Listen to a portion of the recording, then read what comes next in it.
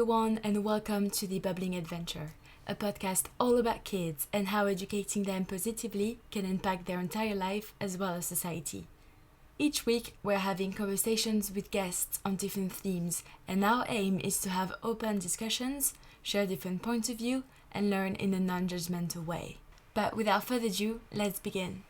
Maman, maman, en faisant cette chanson.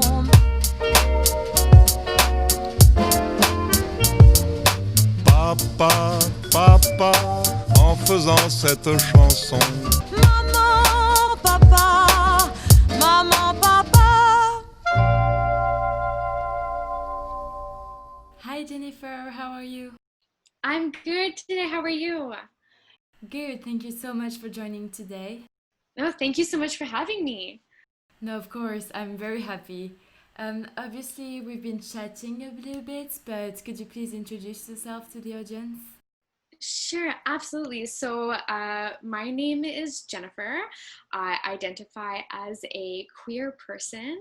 I use all pronouns because I don't identify to pronouns. So you can use she, her, he, him, they, them. I really don't mind. It's not something I identify with.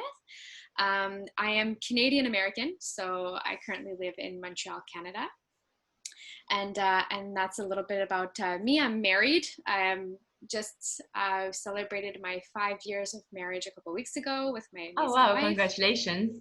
Thank you.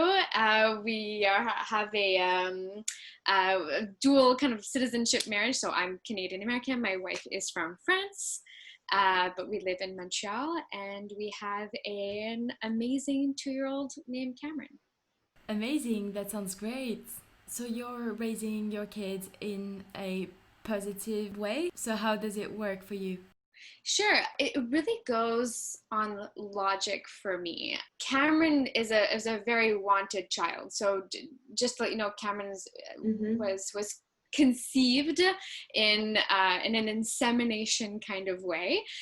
She has an open ID donor, which means open ID means that she can meet her donor at the age of 18 if that's what she wants. And I think that was our very first step in going with positive education, is that before Cameron was even conceived, we gave her a choice, and we decided as a couple and as future parents that we wanted our child to have a choice, because not all donors are open ID. Okay, so you were looking for an open ID donor from the very beginning, before it even began. Exactly. We wanted Cameron right away. We knew that this future child was going to be a human being, part of this world, part of this universe, and that right off the bat, we were going to give her freedom and a choice. But obviously within a nice, secure environment. So obviously when picking the donor, we picked based on health and intent. So there's a letter of intention of why he donated. We wanted to make sure this person would be someone that would be great to have coffee with if that's what they go and do. And so we obviously make sure that the environment is secure as much as we can, but the ultimate choice is for Cameron. And that's a little bit how positive education even started for us, was even before Cameron even came into this world. That was our very first That's great. choice. Yeah. Other than that, really for us, positive is just really that we're a same-sex family. We both identify as queer, and we give Cameron an environment to make choices and live a life, and we treat her like a fellow human, knowing that we have a responsibility as parents to keep her safe and keep her loved, but we try to make a very happy lifestyle. We live in happiness as much as we can. Yeah. That's amazing. And I just wanted to ask, because I know for a lot of parents who are raising their kids very positively, sometimes the extended family kind of like, their opinion differs, or I don't know if you've experienced something like that or not. Were they concerned in any way? Yeah, I mean, I can't say we didn't. I have to say, for like, our families are like so amazing. I mean, I think they were just really, Daisy and I got married really fast. They were excited. We, moved in really fast. They were excited. We have like a very positive family today. we have people who support us and who love us, and I think that's the most important. But that's just, I think, because we show them as much love and respect as we receive. But we did. I mean, Daisy and I, Daisy is my wife, for those who don't know. But you know, Daisy and I are picky about who we have in our life. We choose to have a positive lifestyle, and that comes with choices and sacrifices, just like if you choose to do anything else in life. And we were very honest, you know, when we decided to have a child and we wanted to raise our kid in a positive manner, but also in a non-gendered manner, we just debriefed our family and we said, hey, this might be new for you guys. This is not something from your generation. I mean, you can't expect people from a different generation who have never heard the word non-gendered to go, oh yeah, sure, no problem, we'll follow everything, you know.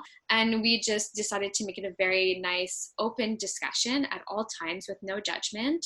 And they were like, yeah, absolutely, whatever you guys need, and you know, we'll do our best, and if we make a mistake, let us know and we'll adjust. And we do the same thing on our end, and anybody who didn't want to participate in that, we asked them to kindly leave. It was very that it meant a lot to us. So for those who did not want to participate, it's their choice. I can't force anyone to do anything, and we respected their choices and said thank you, and that was it. Amazing. And so how does it work exactly? What are the specifics, I guess? I'm not sure how to formulate. Like the specifics of raising a little bit of like a non-gendered child. Yeah, so how does it work? How do you do it? How does it differ? I'm very interested. Absolutely. So pretty much I can give you my point of view. This is mine and Daisy's point of view, and Cameron's, because Cameron is part of this decision making. And I can tell you how it works for my family. It's not for every family. So for Cameron, being raised non-gender is pretty much being raised without a gender being imposed onto you. We don't limit Cameron based on anatomy. I mean, it really comes down to that definition for us very specifically. Anatomy does not play a part in anything. That's it.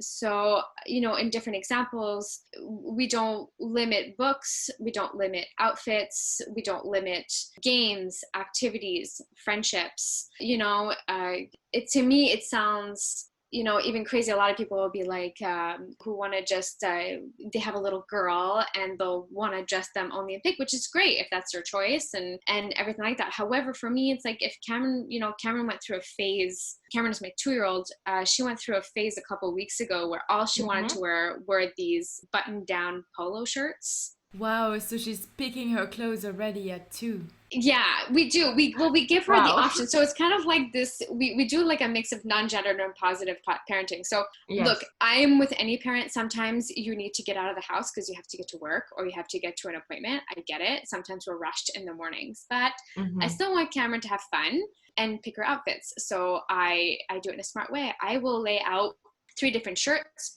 3 different bottoms. And I say, hey, kid, go to town. You know, what's tickling your fancy today? And sometimes it's a Paw Patrol shirt with a pink bottom, and sometimes it's a button down. And I make sure that the choices are weather appropriate. Obviously, I'm not going to make her wear a tank top in the winter. Obviously, we're in Montreal, so we get minus 30 weather. So I just make sure the choices are, they fit, they're comfortable. You know, will fit the activity that we're about to go do, and that they're weather appropriate. But after that, style and color, that's up to Cameron. You know, that's going to be Cameron's fashion sense that's going to explode and explore. And it is so fun to watch and see, you know, and she goes one way to the other every single day. It's so cool. So we do that. And then with our parents, we just ask them the same thing. We say, you know, if Cameron's talking to you, you know, she's really into tractors right now because we have a lot of construction in Montreal and there's tractors everywhere. You know, so we got her a tractor for her birthday. It's what she wanted. It's what she loves. And we let her have that because we like to see where she's going to go with it. We want to see where her little brain is going to go. And so she started making tractor families. And she says there's a mama tractor, which is a reference to Daisy. There's a mommy tractor, which is a reference to me. And there's a daddy tractor because there's a lot of daddies at her daycare. So she sees them and she recognizes them. and she just adds them to the mix. It's really cute. I love that she does that, you know? And you know what? It sounds so normal actually that you say that, and I'm learning more about it because it's just that I had never really heard before, and it's like positive education. Once you hear about it, it just completely makes sense. Like, it really is. I feel like non-gendered education really matches with positive education. It does. I think that a lot of people say non-gendered just because Daisy and I identify as queer, but if you really remove the gender aspect of it, it's positive education. It's giving your child the choice and freedom to discover their personality. Where we go a little bit further with gender, non-gendered parenting is that is later on, I think, where it's going to get a little bit more in that context is when they kind of discover their sexual identity, which is around the age of 4, is when they're going to start self-identifying either as male, female. It's usually when a person starts to discover a little bit of their internal self and they become a little bit more self-aware. And that's where kind of like this non-gendered parenting is really going to set in and kind of go, you know, if today Cameron says, you know, I'm a boy and my name is Tom, I'll be like, hi, Tom. And that's it.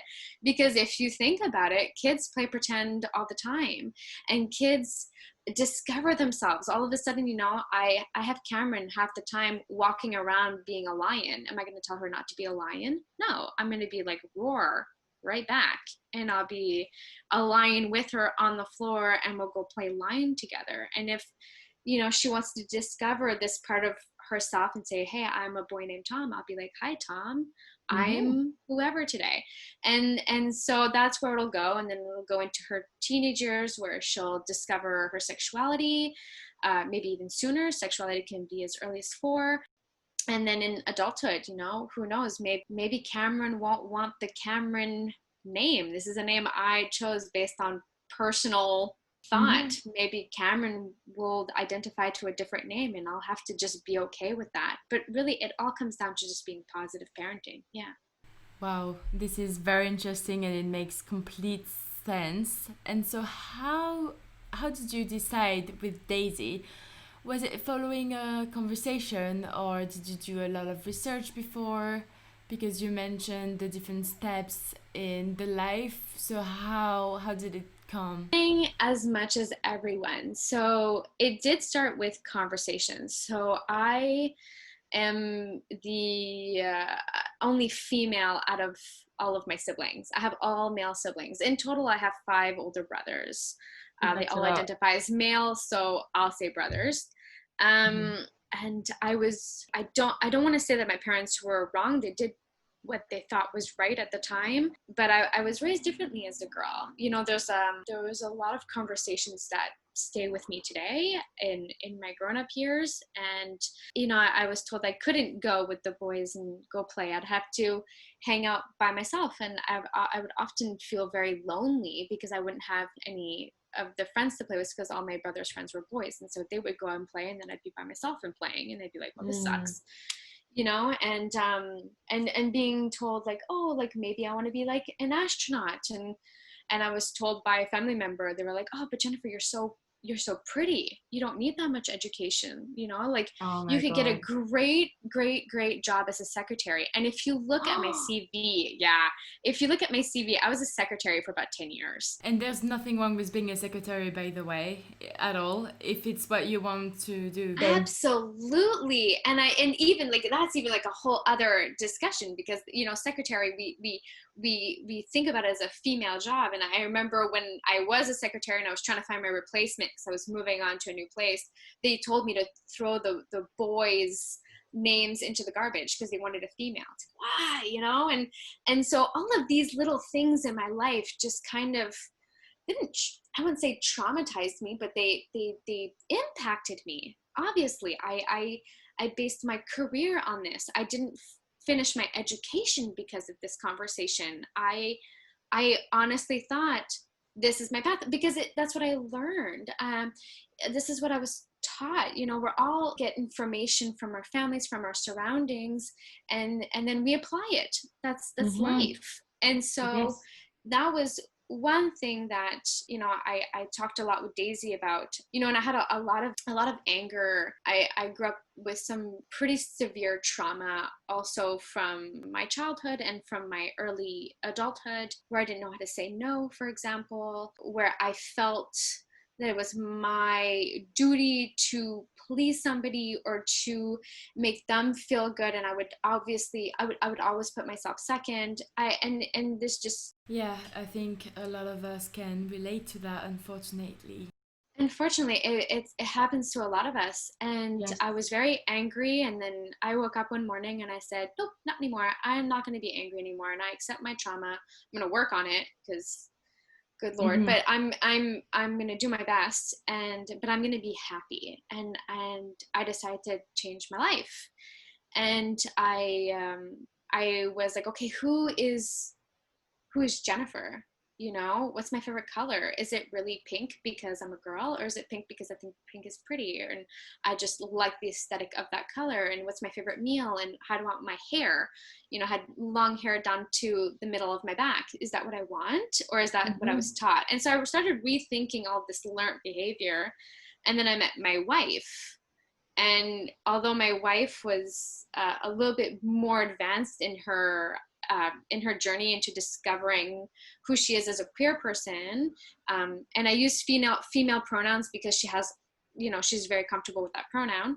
You know, we started having these conversations, and I remember telling her, you know, let me know who you are and how you identify, and if that ever changes, that's great. And so we started doing positive education in our own home, in our own marriage, just with each other. Okay, so always communicating and checking in if something changed or something like that. Yeah, we would call that les éditions de la baignoire, which translates to like the bathtub counseling session, I guess. And we would just kind of like once every like month or every 2 months, we'd be like, okay, let's go take a bath and get into like a nice, warm, safe environment and check in with each other. Has anything changed? And if it has, that's great. Thanks for telling me, you know? And yeah, to keep growing together rather than growing apart as some couples exactly. do. And just because we started practicing that with each other, it just felt intelligent to continue that with Cameron. When Cameron came into the world, I remember like the 20-week ultrasound when you found out gender. And a lot of people were like, oh, well, you're not going to find out the gender. And I said, well, no, you can't find out gender based on an ultrasound, because gender is different from the sex. Gender is mental and how you feel internally, and the sex is an organ on your body. And so a lot of people are like, oh, you're not going to know the sex. And I was like, well, yeah, of course I'm going to know the sex of my child. I'm also going to figure out if they have a head and 2 arms and 2 legs and 10 toes and 10 fingers, and make sure that every single part of the anatomy of that child is perfect and healthy. And it sounds completely absurd to me that we would make already this anatomy, part of her anatomy, a secret. And that to me is learned behavior, saying this is a secret part of your body, you know, it's a bad part, it's a hush part, you know. And we're like, no, this is just part of a body. It's just as important as your big toe. Actually, your little toe is very important. It's very important to your balance, you know. Yes. And so it was just, to me, the same importance as the little toe, but it didn't define my child. It's just anatomy. And so, yeah, we did find out the sex, and that's just how we always continued. And it's based on these conversations and our community. I am on the board of directors of the LGBT Family Coalition of Quebec. It's LGBT plus now, thank goodness. And you know, I participate at Pride, and I have amazing friends that are, you know, of every single part of the rainbow, and it's through them that I learn. And I make mistakes, and I just learn from them, and then I take what I want and I leave the rest. And that's okay to make mistakes, really, as long as everyone is happy and healthy, and whether it's Cameron, Daisy, or you, as long as you're all on the same page and able to actually communicate and say what works or not. I think that's the main thing. That's great. And I think even the non-gendered parenting is even easier to apply than positive parenting. I feel positive parenting is even more challenging than than non-gendering. Non-gendering for me is so easy because it's just, I just don't define my child based on how many toes or whatever sexual organ she has, you know? I just, positive parenting, that's unlearning some serious behavior from your entire life and Yes. applying it to your child. That's a lot harder, I find, than non-gendering my kid. Yeah. Yes, and you know, I think we all have days where we're a little bit tired or on edge or something, and so positive parenting is amazing, but also for every parent out there, nobody's perfect, and No. you always have days where you're like, ooh, that could have been better, but this is also, I think, a good lesson for the kids when you recognize that you made a mistake and you talk about it and you make it better. You do. You learn from it and then you take action. So important, you know. If you make a mistake, and I make mistakes daily, and my initial feeling is to kind of put my head in the sand and oh, you know, I'm not going to look at it and it's going to go away. That never works, you know. And there's some days that are worse than others, and sometimes it just takes, my kid, I think, knows me better than anyone, and will come up to me and go, "What's wrong, mommy? Are you okay, mommy?" And then that's when I know, like, oh, my bad day is like appearing on my face. You know, I need to do something because my kid can read it now. And usually I just have to just kind of talk it out. And then I go, okay, what action, you know, we have like a rule. It's like, you're allowed to complain for like 5-10 minutes max. And you can cry and you can yell because your feelings are valid and they're real and you're upset. And then I'm going to go, but if you're going to do that, you need to find a solution, because finding a solution is just as important as feeling validated with your feelings. And I go, so feel it to the maximum. Tell me your feelings. I'm so interested and I want to feel with you, but then let's find a solution and then make an action towards making it better, and not stay stuck in a feeling and just learning and feeling good, because that's the point of it afterwards. Oh, I love that. That's so powerful. Thank you. I love, my mom taught me that one. Well, that's a good one that I'm definitely going to try for myself. Yeah, it's a good one. And so I was wondering, because I know that with positive education, there's kind of this counter argument Okay. that says that someday your kid is gonna step into the real world and they're going to discover that it's not perfect and they're not gonna have the strength to face all of that and to fight back. So what's your view on that?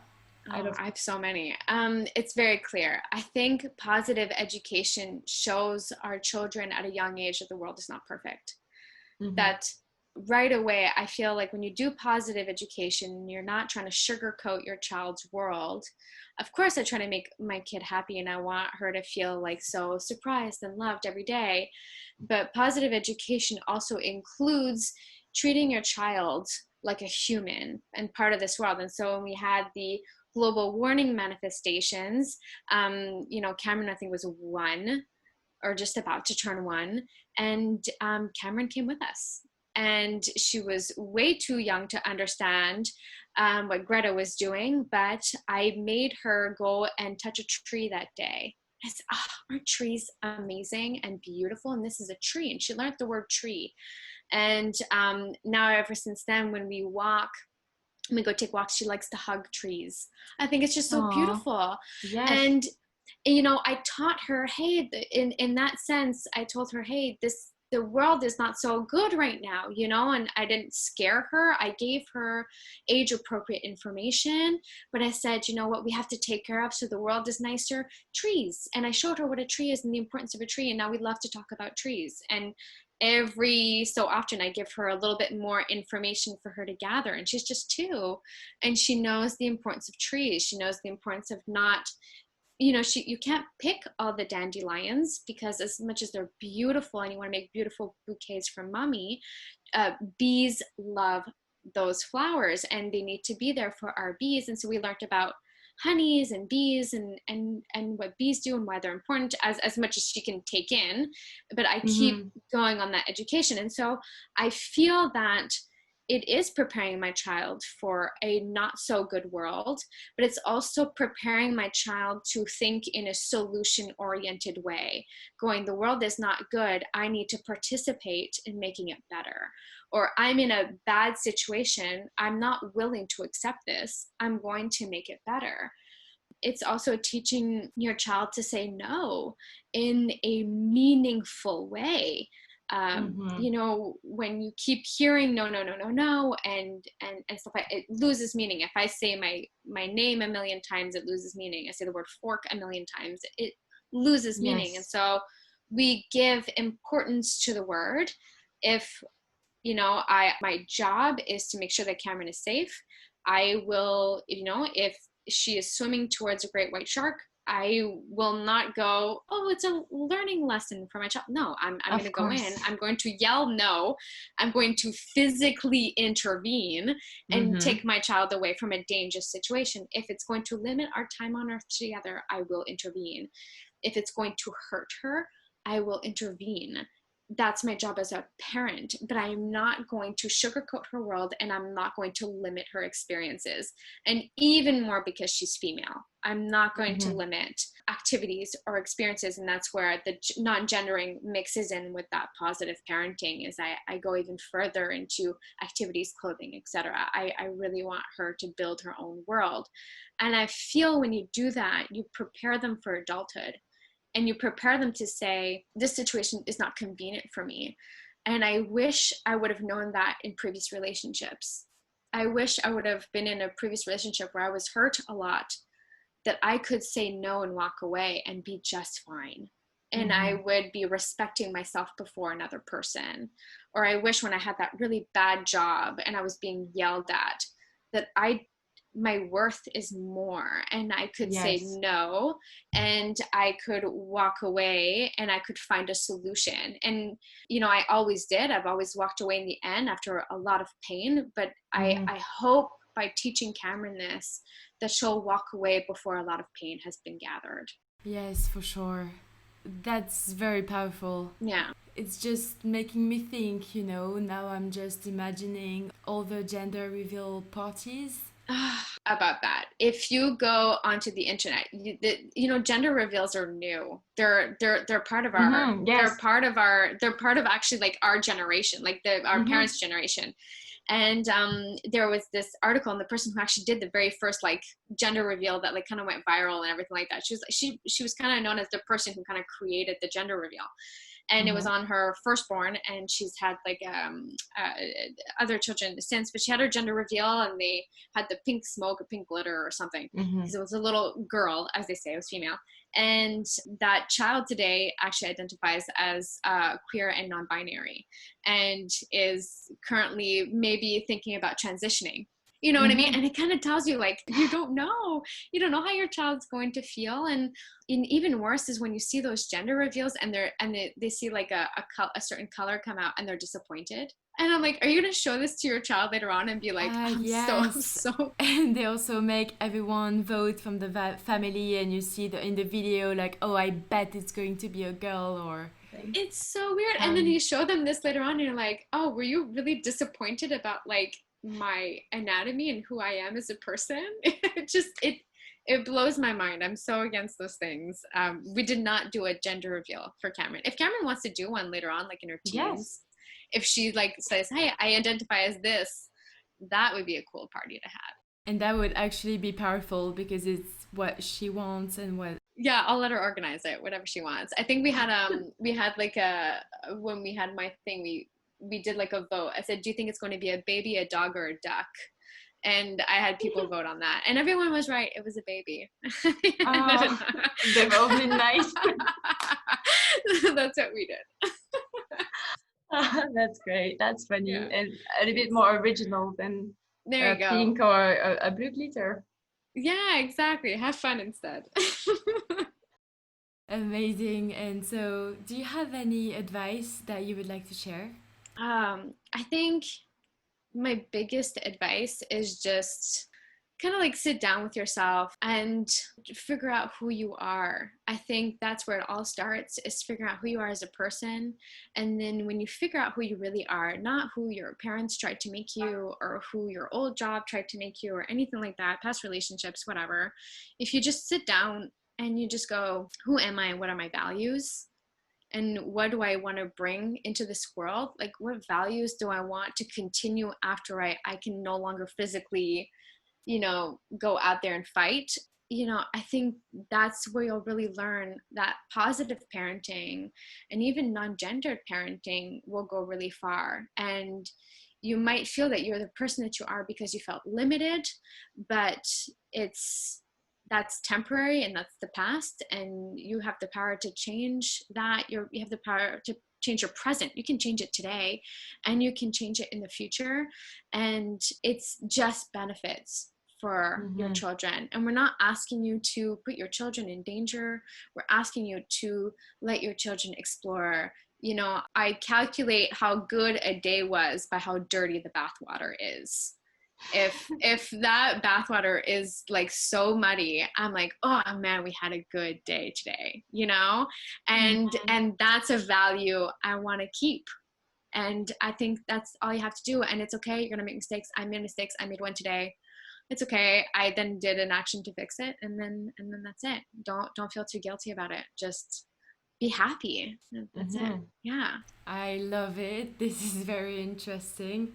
Thank you. I love everything. I'm so inspired now. Oh, good. Thank you so much. Yeah, no. Thank you so much. It was great to have you. I'm speechless, which actually says a lot. I know I'm so passionate about my family. I'm so passionate about it because I love them so much. I could cry every single time I talk about them. You can hear it in my voice. I start to well up because I love them so much, and I want them to have such a happy life, and I want to have a happy life, and that's what it's all about. You only get this one time together. Maybe there's past lives and future ones. I don't know. I don't care. I want to concentrate on today, and today I want my kid to surprise me and give me a really big hug. And if that's what Cameron wants, I will ask her for a big hug. And if she tells me no, I'll high five her for the no. But I just want to really concentrate on today, and I'm just so passionate because I love them so much, and I'm very thankful for them. So why not make it a really, really happy how many years we get. And I'm sure you'll continue to be happy for years and years together. Yes, and get educated, read books. But honestly, books are great. Community is better. Go out there and find people like you, and are people who I say, surround yourself with people who you want to aspire to, because that's how it works and positive energy works. And let go of the negative. And just enjoy. Let's do it and enjoy life. Yeah. And let your kid enjoy life. Like, let them get dirty, let them be who they are, and let them surprise you. It's supposed to be that way. Perfect. Well, thank you so much for joining us today. It was amazing. And thank you. Thank you. Thank you so much for listening. Feel free to share if you think it might be helpful to someone you know. If you enjoyed this episode, then please make sure to write a review if you're listening on Apple Podcast, and subscribe if you haven't already. That's it for me. See you soon with the next episode, and in the meantime, have a lovely day.